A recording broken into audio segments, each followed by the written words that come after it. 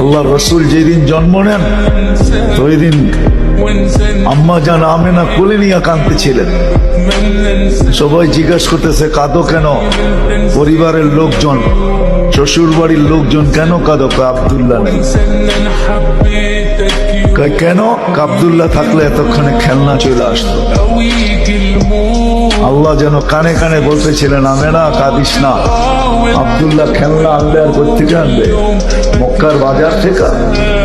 পাথরের আনবে, কাঠের আনবে, প্লাস্টিকের আনবে, মাটির আনবে। সূর্য ডুবতে দে, চাঁদকে খেলনা বানায় পাঠায় দিবে। আর ঘটছেও তাই।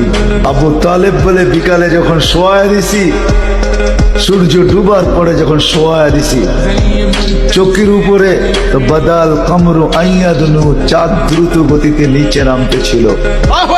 আর আমি তাকায় তাকায় দেখতেছিলাম। যখন একবারে নিকটে চলে আসছে তো চিৎকার দিয়া ফেলছি, ভাবতেছিলাম তোমার উপরে পড়া না যায়, কিন্তু তোমার মাথার কাছে এসে থেমে গেছে।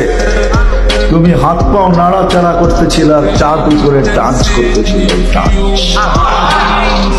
তো বলছে চাচা জানেন চাঁদ কি বলতেছিল? তা তো জানি না। বলে আন্নাল কামারা ইউগান্নিনি ওয়া ইউহাক্কিনি ওয়া ইয়ামনাউনি মিনাল বুকা।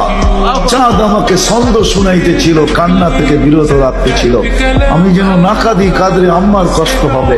আল্লাহ চাঁদকে আমার সাথে খেলার জন্য খেলনা বানায় পাঠায়।